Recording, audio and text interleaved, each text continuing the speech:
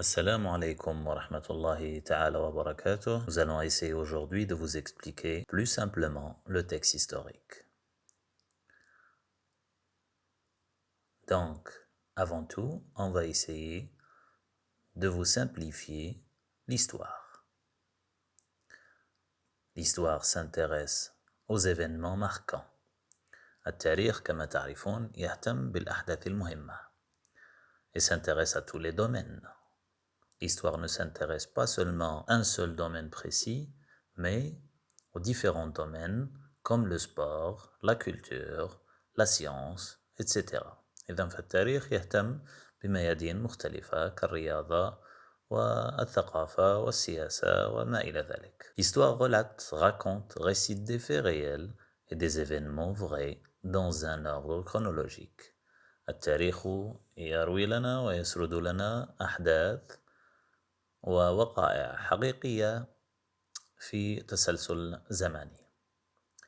Si on vous dit chronologique, chrono ça veut dire temps et un temps dans la logique. إذن فالتسلسل يكون في زمن منطقي. Si on parle de 1954, puis on passe à 1955, 56, 1980, etc. On ne dit jamais 1954 et on revient en arrière. Donc ici, on n'a pas respecté l'ordre chronologique. Ensuite, on va essayer de voir les caractéristiques du texte historique. أو خصائص ومميزات النص التاريخي. Premièrement, on doit observer dans un texte les dates, les lieux, les événements, les noms des personnalités et la chronologie.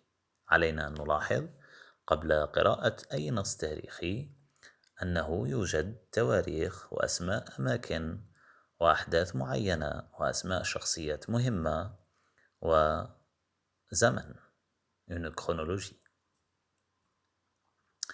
Ensuite, on peut donc dans la lecture identifier d'autres caractéristiques du texte historique. نستطيع أن نميز خاصيات أخرى عندما نقرأ النص. إذا نبدأ بالملاحظة فنلاحظ التواريخ والأماكن والشخصيات وما إلى ذلك ثم نبدأ بالقراءة لفهم النص. On va observer le présent historique. On appelle ça présent historique ou présent de narration ou présent à valeur atemporelle. إذا فهذا المضارع الذي نستعمله في النص التاريخي هو مضارع لا يتحدث عن زمن الماضي بل عن زمن مضارع في الماضي.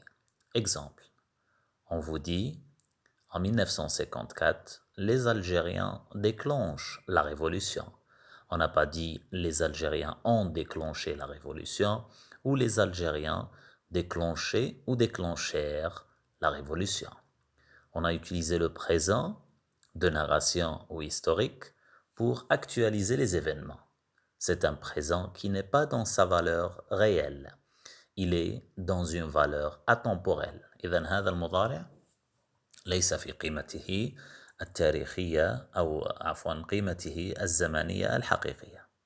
Ensuite, on peut trouver le passé simple qui est un temps de narration et l'imparfait, un temps de description. On peut voir aussi des phrases nominales. Les phrases nominales sont souvent utilisées dans les titres des textes historiques ou pour annoncer les événements. Et quatrièmement, les verbes d'opinion.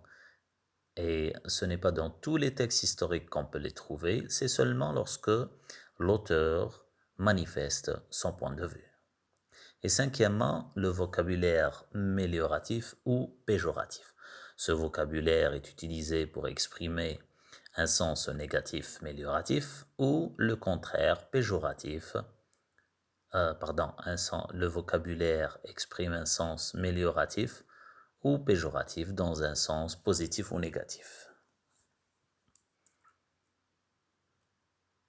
L'image du texte. Dans un examen, attention, il ne faut jamais directement lire le texte, il faut consacrer 1 ou 2 ou 3 minutes à l'observation du texte pour une première identification du type de ce texte. إذن ليس علينا التسرع للقراءة مباشرة يوم الامتحان، ولكن نستطيع أن نتعرف على طبيعة النص بالملاحظة أولا. On va observer le titre. Le titre qui sera par exemple sous forme d'une phrase nominale, exemple, les massacres du 8 mai 1945 à Stif, Galma et Kharrata. Donc ici dans ce titre, nous avons identifié l'événement qui est les massacres, la date qui est le 8 mai 1945, le jour, le mois et l'année, et le lieu, Stif, Galma et Kharrata. Deuxièmement, la source. Dans la source, on peut voir l'écrivain et l'œuvre dont on a extrait le texte.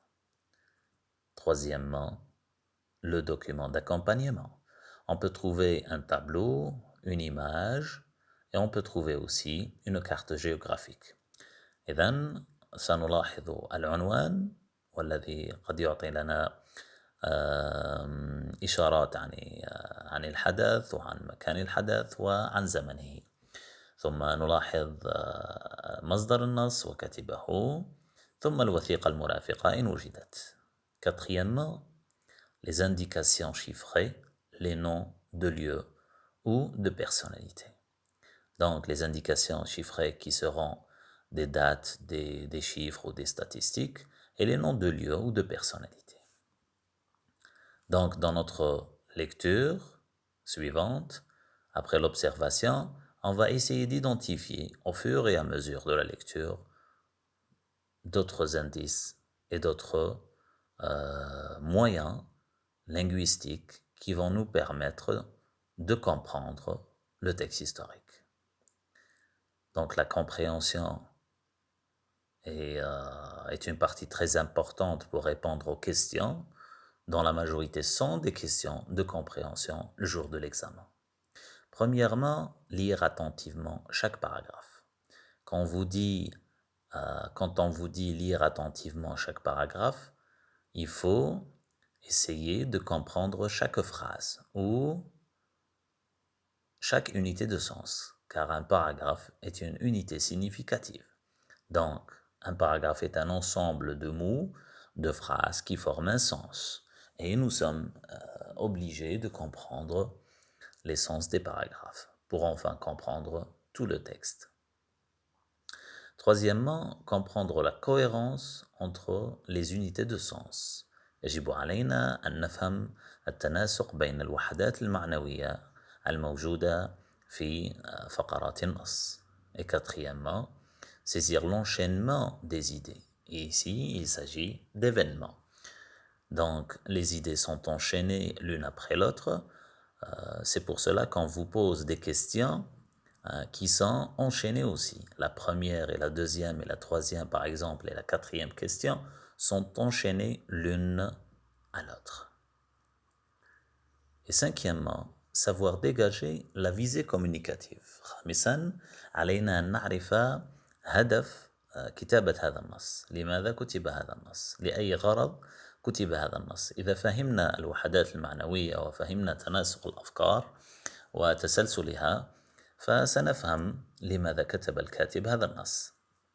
Donc après la mûre lecture et la lecture attentive des différents paragraphes et des différentes unités de sens, et après la saisie des enchaînements des idées, on peut facilement dégager la visée communicative qui sera informative ou rendre hommage ou témoigner, ou ça dépend du type ou ça dépend du texte. Donc la première séquence à comprendre et la première visée communicative, c'est informer d'un fait d'histoire. Donc pour nous informer d'un fait d'histoire, l'auteur informe les lecteurs d'un fait historique sans être présent ni dans l'histoire ni dans le texte avec objectivité. إذن فالكاتب يعطينا مجموعة من المعلومات حول هذا الحدث التاريخي دون أن يكون حاضرا لا في الحدث ولا في القصة ولا في النص. إذن هذا الكاتب موضوعي. Donc l'écrivain est objectif car il est neutre, car il n'est ni témoin, ni quelqu'un qui va prendre position envers l'événement.